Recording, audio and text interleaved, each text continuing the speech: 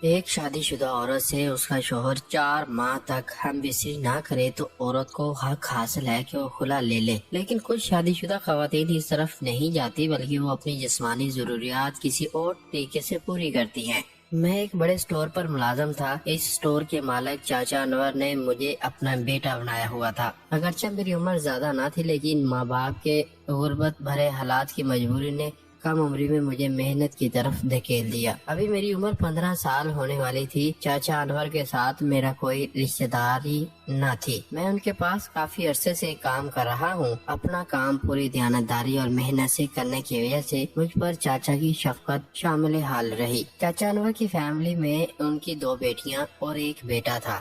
ان کا کاروبار بہت اچھا چل رہا تھا۔ یہی وجہ تھی کہ ان کے گھر میں ضروریات زندگی کی ہر چیز موجود تھی۔ میں ان کے گھر اکثر سودا سلف دینے جایا کرتا تھا اور ان کے گھر کے لوگوں سے میری کافی جان سائی تھی۔ چاچا کی عمر تقریباً 45 سال کے قریب تھی، جبکہ ان کی بیوی جن کو میں چچی کہتا تھا، ان کی عمر 35 سال کے قریب تھی۔ کچھ دنوں سے میں سودا سلف دینے روزانہ کی بنیاد پر دینے جانے لگا۔ ایک دن ایسا ہوا کہ معمولات زندگی نیا رخ اختیار کیا۔ ہوا کچھ یوں کہ میں معمول کے مطابق چاچا کے گھر سودا سلف دینے گیا۔ دروازے پر دستک دی لیکن دروازہ کسی نے نہ کھولا۔ چاچا کے بچے اسکول گئے ہوئے تھے۔ میرے بار بار کھٹکھٹانے در ہلکا سا کھل گیا۔ اندر جھانکا تو بہت خاموشی تھی۔ میں دروازے سے اندر چلا گیا کیونکہ میرا گھر میں آنا جانا تھا، اس لیے میں بلا جھجک باورچی خانے کی طرف چلا گیا۔ باورچی خانے کے ساتھ ہی چاچی کا بیڈ روم تھا۔ مجھے چچی کے بیڈ روم سے چسکاریوں جیسی آواز آنے لگی۔ میں وہیں رک گیا۔ چچی کے کمرے کا دروازہ ہلکا سا کھولا تو دیکھا کہ چاچی بغیر کپڑوں کے بیڈ پر لیٹی اپنی ٹانگیں پھیلائے ہوئے اپنے ہاتھوں سے اپنی شرمگاہ کو چھیڑ رہی تھی۔ چاچی اپنے معمولات میں اتنی مست تھی کہ نہ تو اسے گھر کا بڑا دروازہ اور نہ ہی اپنے بیڈ روم کا دروازہ کھلنے کا پتہ چلا۔ چاچی کی حالت کسی نشے جیسی ہو رہی تھی، بلکہ دیوانگی سی حالت، اور دنیا مافیا سے بے خبر یہ سب کچھ دیکھ رہا تھا۔ چاچی کیا کر رہی تھی میری سمجھ میں کچھ نہ آ رہا تھا۔ کافی دیر اسی طرح بت بنا کھڑا دیکھتا رہا۔ پتہ اس وقت چلا جب میرے ہاتھ سامان کا پیکٹ زمین پر گرا اور شور ہوا۔ میں نے جلدی سے سامان کا پیکٹ اٹھایا اور سیدھا باورچی خانے کی طرف بھاگا۔ میں بہت ڈر گیا تھا۔ اچانک لگا کوئی میرے قریب آ کر کھڑا ہو گیا ہے۔ میں نے سر اٹھا کر دیکھا تو چاچی بالکل میرے پاس کھڑی تھی۔ جب میں نے انہیں اپنے قریب دیکھا تو شرمندگی سے میری آنکھوں سے آنسو بہنے لگے۔ میں ان سے معافی مانگنے لگا کہ جو کچھ ہوا وہ انجانے میں ہوا، اس میں میری کوئی غلطی نہیں۔ دروازہ کھلا ہوا تھا تو میں گھر کے اندر آ گیا اور گھر میں کوئی نظر نہ آیا تو میں آپ کے کمرے کی طرف چلا گیا۔ مجھے نہیں پتا تھا کہ آپ بغیر کپڑوں کے اندر ہوں گی۔ چاچی نے ایک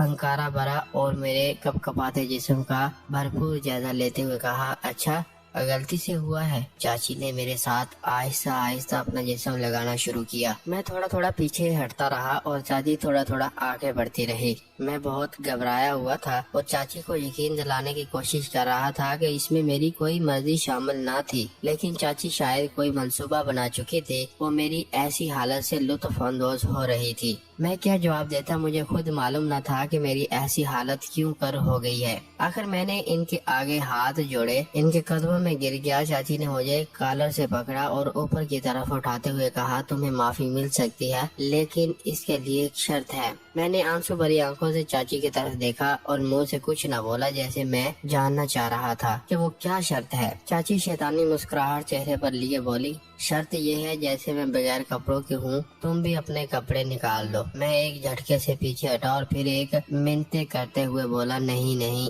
چاچی میں یہ نہیں کر سکتا۔ میں نے معافی مانگتے ہوئے چاچی سے رحم کی اپیل کی۔ چاچی انجانے میں یہ جو غلطی ہو گئی ہے آئندہ سے ایسی غلطی نہیں ہوگی۔ چاچی میری طرف سرکتے ہوئے بولی، اگر معافی چاہتے ہو جو کہتی ہوں ویسا کرو، اگر نہیں کرو گے تو معافی نہیں ملے گی۔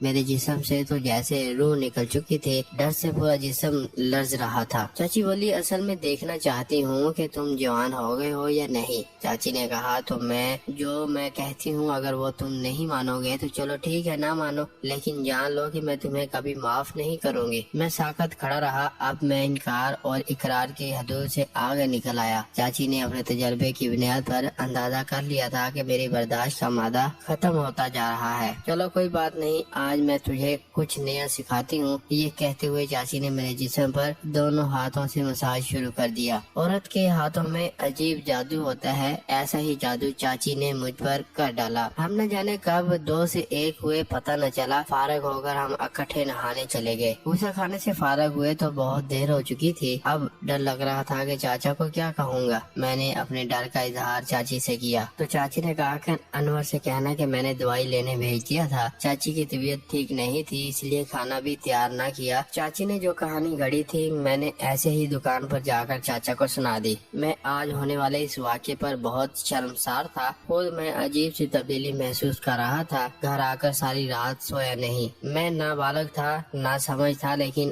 آج کے واقعے کے بعد خود کو ایک مرد سمجھ رہا تھا۔ دکان پر جاتا تو چاچا کا چہرہ دیکھ کر شرم محسوس ہوتی کہ میں نے چاچا سے نمک حرامی کی ہے۔ اگلے دن میں پھر سامان دینے چاچا کے گھر گیا۔ مجھے چاچا کے ساتھ بددیانتی اور بد اعتمادی پر پشمانی ہونے لگی تھی اور اسی وجہ سے میں چاچی سے بات کرنے سے ہچکچا رہا تھا، جبکہ چاچی مجھے بڑے پیار اور حرص کی نظر سے دیکھ رہی تھی۔ میں دوپہر کا کھانا لے کر گھر سے نکلنے لگا تو چاچی نے میرا بازو پکڑ لیا۔ کہا کیا بات ہے بیٹا، آج تم بڑے اداس ہو۔ میں نے خاموشی سے کہہ دیا کہ کوئی بات نہیں۔ چاچی نے مسکراتے ہوئے کہا اس دن تم نے مجھے بہت راحت دی، آج بھی میری اسی ضرورت کو پورا کرو۔ تم میری ضرورتوں کا خیال رکھو، میں تمہاری ضرورتوں کا خیال رکھوں گی۔ ہم دونوں نے ایک دوسرے کی ضرورتوں کا خیال رکھنا ہے۔ یہ کہتے ہوئے چاچی نے میری جیب میں 2000 ڈال دیے۔ میں نے معنی خیز نظروں سے چاچی کی طرف دیکھا۔ میں جانتی ہوں کہ تم اتنے خاموش کیوں ہیں، چاچی نے میرے چہرے کی طرف دیکھتے ہوئے کہا۔ مزید کہا مجھے معلوم ہے کہ تم اپنے چاچا انور سے بددیانتی پر شرمندہ ہو۔ چاچی نے مجھے اس شرمساری سے نکالنے کی بہت کوشش کی اور مجھے اس بات پر تقریباً